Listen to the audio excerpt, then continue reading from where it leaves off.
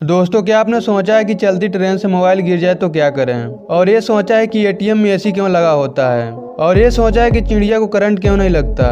तो ऐसे interesting fact जानने के लिए वीडियो को अंत तक जरूर देखिएगा।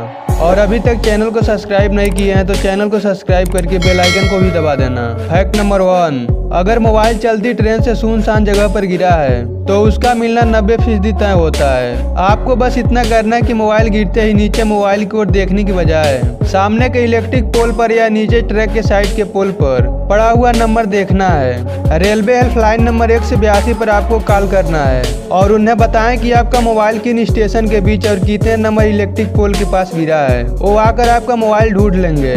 आप वापस स्टेशन पर जाकर उसे अपना पहचान बताकर अपना मोबाइल कलेक्ट कर सकते हैं। फैक्ट नंबर 2, दोस्तों एटीएम में एसी लगा हुआ देखते हैं। हम सोचते हैं तो हमें लगता है कि यहाँ कोई रहता नहीं है। और एटीएम में एसी लगाने का मतलब क्या हुआ?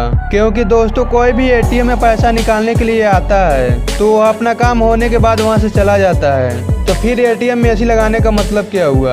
दोस्तों आपको बता दूं कि जो भी कोई इलेक्ट्रॉनिक आइटम होता है जो हम ज़्यादा देर तक उसको चलाते हैं, चाहे आप कूलर को देख लीजिए या फिर पंखे को देख लीजिए, वह लगभग गर्म हो जाती है। पानी की मोटर को देख लीजिए, जब वह ज़्यादा देर तक चलता है तो गर्म हो जाता है। तो दोस्तों वैसे ही एटीएम भी 24 घंटे चलता है और जनता के सेवा में उसे ऑन रखना पड़ता है। इसी कारण से एसी को एटीएम में लगाया जाता है ताकि एटीएम एसी की वजह से उसको ठंडी मिल सके और ज़्यादा एटीएम मशीन गर्म ना हो। तो दोस्तों अब आप जान गए होंगे कि एटीएम एसी क्यों लगाया जाता है। फैक्ट नंबर 3, कभी आप लोगों ने सोचा है कि अगर हम बिजली के तारों को हाथ लगा दे तो एक जोरदार झटका लगता है और हम पूरी तरह से घायल हो जाते हैं, लेकिन एक चिड़िया बिजली के तारों पर बैठा हो तो उसे करंट नहीं लगता है। दोस्तों हम जानते हैं कि करंट एक तरह से इलेक्ट्रॉनों का आगे बढ़ना होता है, जिसमें इलेक्ट्रॉन तार के सहारे आगे बढ़ते जाते हैं और इसी तरह से इलेक्ट्रॉन बिजली के तारों के द्वारा हमारे घरों में बिजली के रूप में पहुंचते हैं और सर्किट के द्वारा जमीन में चले जाते हैं। इस तरह से एक सर्किट पूरा हो जाता है। इलेक्ट्रॉन हमेशा आगे की ओर बढ़ते रहते हैं और इलेक्ट्रॉनों को फ्लो करने के लिए एक सर्किट का पूरा होना जरूरी है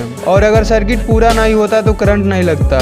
इसी प्रकार धातु से बने तारों के द्वारा करंट एक स्थान से दूसरे स्थान पर पहुंच जाता है। अगर कोई चिड़िया उस खुले तार पर बैठ जाए तो उसे करंट नहीं लगता है, लेकिन जब उसी तार को हम छू लेते हैं तो हमें जोरदार करंट लगता है। इसका कारण यह है कि जब चिड़िया खुले तार पर बैठी है तो उसका संपर्क उस तार के अलावा किसी और वस्तु से नहीं होता है, जिस कारण इलेक्ट्रॉन अपना सर्किट पूरा नहीं कर पाते हैं। तो दोस्तों कैसी लगी वीडियो कमेंट बॉक्स में जरूर बताएं।